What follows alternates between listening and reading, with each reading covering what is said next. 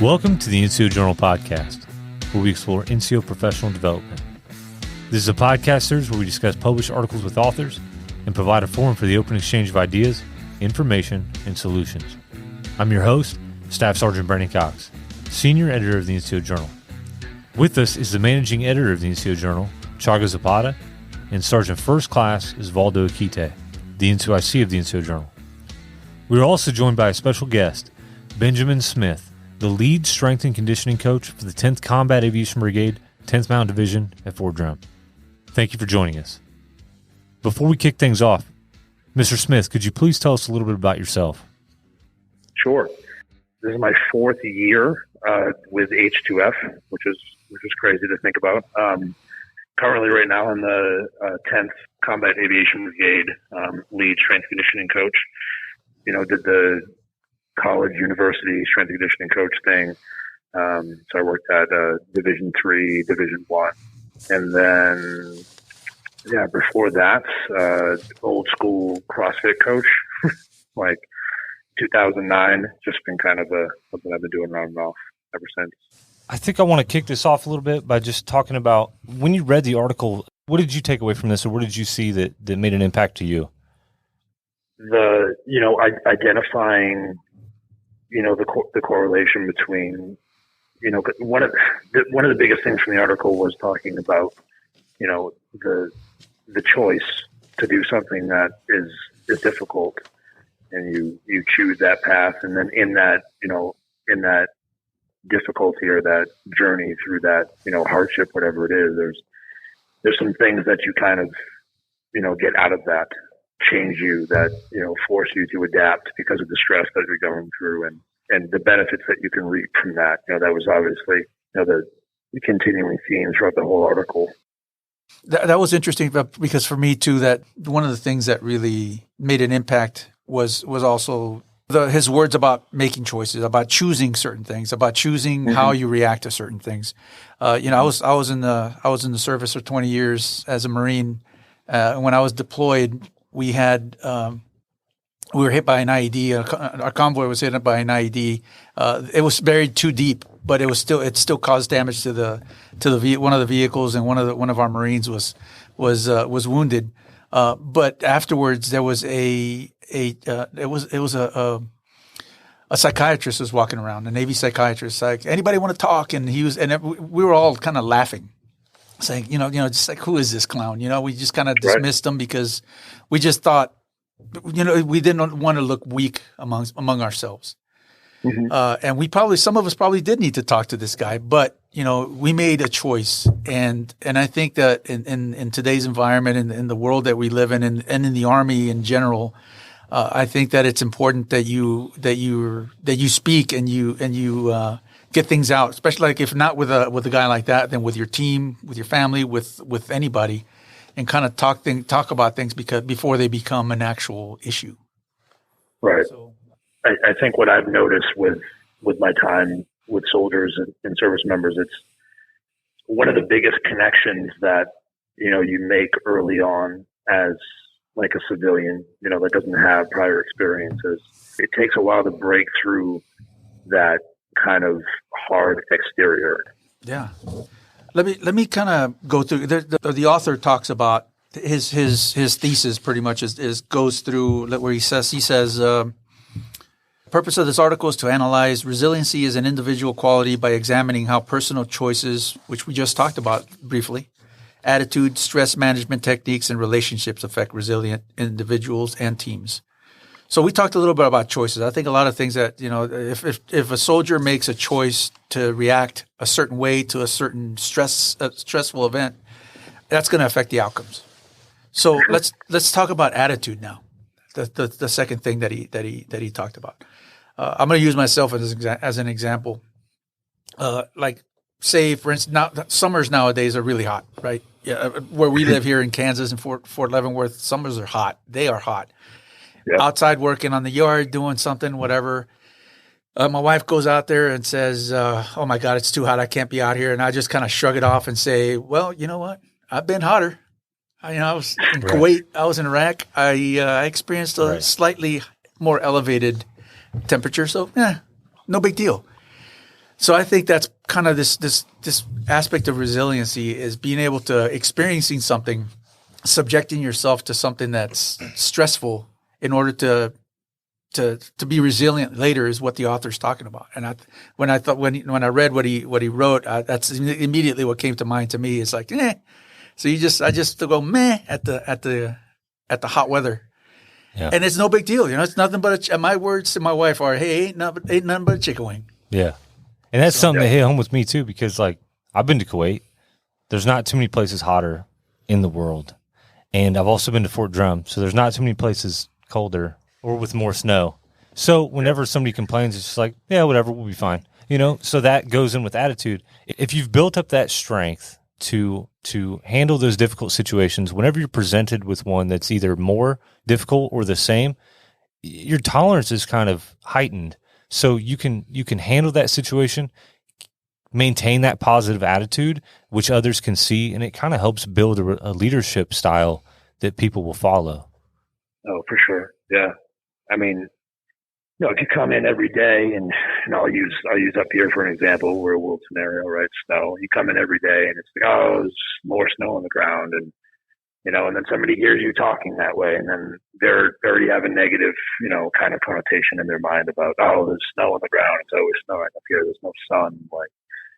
And that just, it spreads very quickly. It spreads, faster than, somebody being, positive about something. And, we've tried to sit down with team leads up here and kind of talk about, why is that? Just we just live in a world where, comfort is something that people, it's all around us. So it's easy access to comfort. And it's hard to want to make that choice or, change your attitude about something that is maybe a little bit more difficult because it's going to be a little bit more, it's going to be harder. It's going to be uncomfortable, like that, which is what, the author talks about a lot too, is, making choices to, take yourself out of comfort to challenge yourself.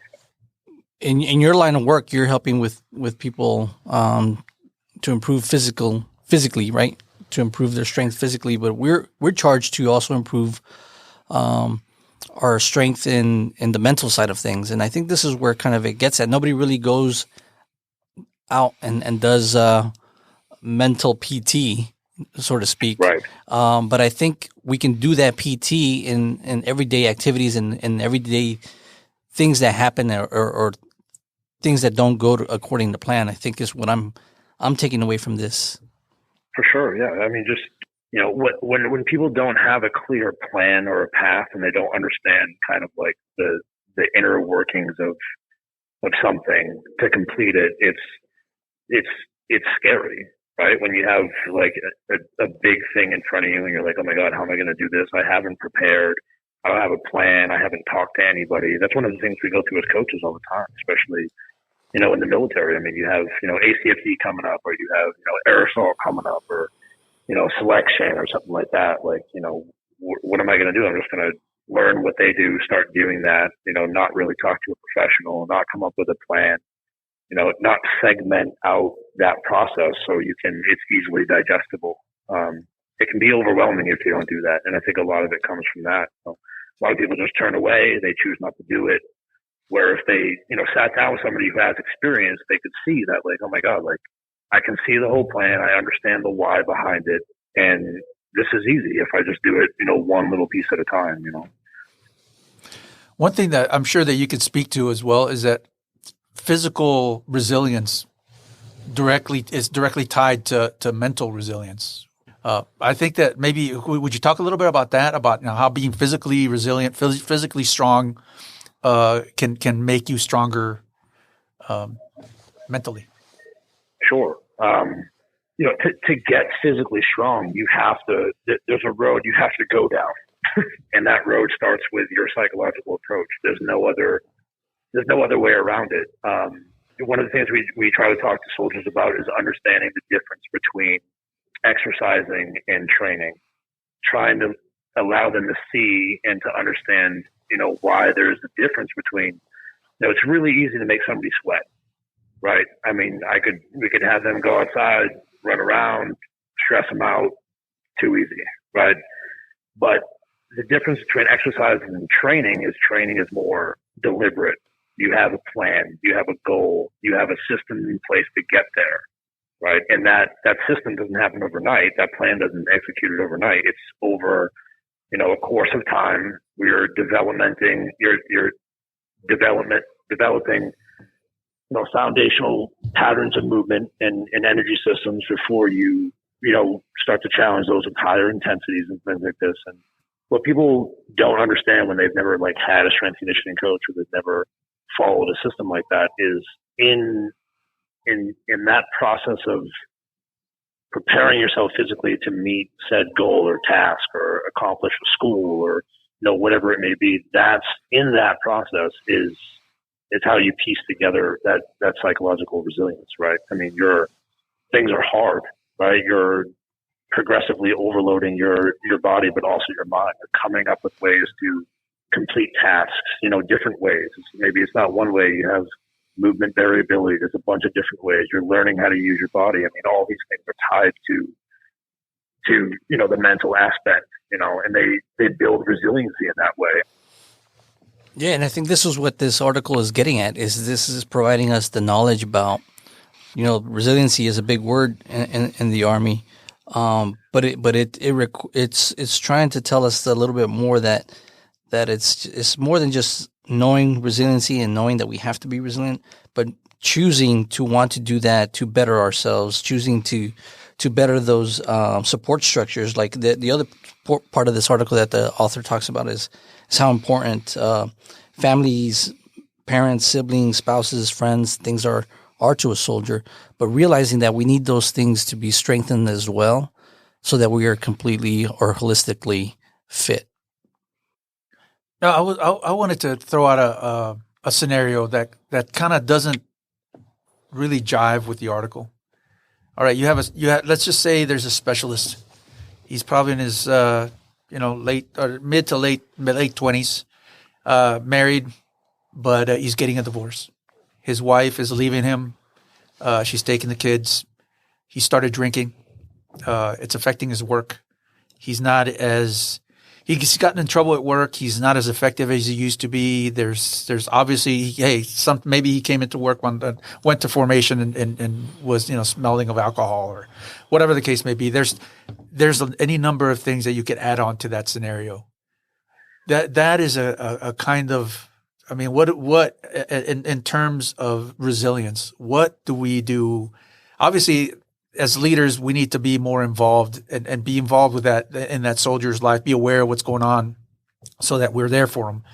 But, what do we do? What do we do in this kind of scenario to help this individual in terms of resilience? Let's talk about that, guys. Yeah. I mean, it's hard to describe the method to go about if you are having issues like that, or you have a soldier who's having issues like that, because it doesn't matter how many push-ups you do to get accustomed to. You can't harden yourself enough physically to make your mind resilient enough to handle some of those stressors. So, and I know the author talks about managing the stress with management techniques. But there's only so much you can manage in a situation like that, right? So I think it all leads back to the family, friends, teammates. It's a hard one, though. You have to have a support system. You have to have strong relationships. That's what stops a lot of people from going down the wrong path too sometimes, down in those dark holes, which you can totally see those guys in the morning, not really trying, not willing to participate because they just feel like it doesn't really matter. They're not in the right mindset because they got a whole bunch of other stuff going on you don't know about. So it's really about knowing your soldiers and then building a strong support system, going through some of these things, these fields and activities and PT and all that stuff together, building hardened individuals together is what helps build the team. Yeah, I think it's such a tough one. I mean, there's so many. I think if I was going to put an answer on it, I'd say that, community is the most important thing. And if even if you have stuff like that going on, if you can wake up in the morning and you're going to work for that day, you're going to be surrounded by people that are genuinely caring about you and like your well-being and your family and the situation. I mean, that's a first good step from a leadership standpoint, I think. Yeah. Hey, let's talk. Let's kind of put a name. I know you're about to say something, Brendan, but let's put a name to that black path or that dark path that you're talking about. We're talking about suicide here. Let's put a name to it. Let's just call it what it is, because that is a word we don't bandy. The Army doesn't bandy around lightly, and I think it's important that we put it out there. It's something that needs to be talked about. And, please continue. And the author here, he talks a little bit about it, and I thought one of the most interesting facts he put in his article was the fact that some of our most hardened soldiers, the Special Operations Command, had 117 members of the SOF community committed suicide between 07 and 15. And that's a higher percentage than both conventional and civilian population during that time, which struck me. I was very curious because it didn't make sense. I didn't understand why people that were so elite in the Army, I just didn't realize that was a fact. I would assume it'd be more on the junior enlisted side, people having financial relationship issues, not adapting well with military life. Like, those are the things that I thought were getting people, not the most elite and well-trained force that we have. So do you guys have anything to say to that? Stress is going to happen. Life is going to happen. And however ready you think you are, like, it's going to affect everybody, differently. Even if you are a, elite special operator or, professional, athlete or, whatever it may be up and down the chain. I mean, it's going to happen, and it's going to hit everybody differently. And, like we've been talking about, I mean, having a proactive approach or support in as many ways as you can is important. As a strength and conditioning coach, in your expert opinion, what would be something that you would kind of prescribe to one of these soldiers if you see some of these risk factors? Something that I would prescribe to, PT. Yeah, more PT. Or PT.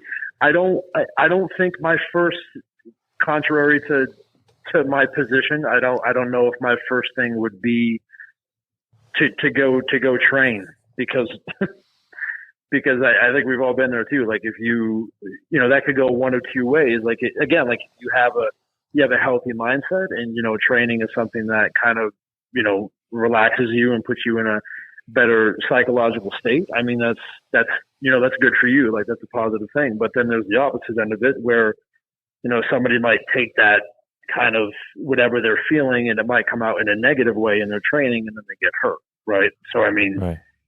You gotta find a balance there. So, to be honest with you, as a coach, especially as a strength and conditioning coach, over the years, you tend to turn into this kind of psychologist of sorts. It just kind of is a part of the job, right? You just had a lot of time working with athletes, working with soldiers. You've been in these situations, and they trust you enough because you're the coach. They know you're there to take care of them, and they're gonna pull you aside, and they're gonna ask, if they can sit down and have a moment of your time and things like that. And I think finding ways to connect with them, outside of training in the gym, I think is just as important as a healthy, non-toxic, training environment. Yeah, I think this article is providing the knowledge, right? It's providing all the insight gathered from research, gathered from experiences, gathered from, different resources. This is the knowledge. And I think soldiers that are listening to this need to take this knowledge and develop or change their attitude to make that warrior attitude, and then choosing those hardships, because they now realize that this is going to build resiliency. This is going to make them mentally tough to go through any kind of adversity that we're going to bound to, see in our lives, especially as soldiers. So I think I really like this article because it really gave that insight needed to change people's attitudes. Yeah, I agree. I think if I was gonna leave soldiers with one thing, especially just from the article, is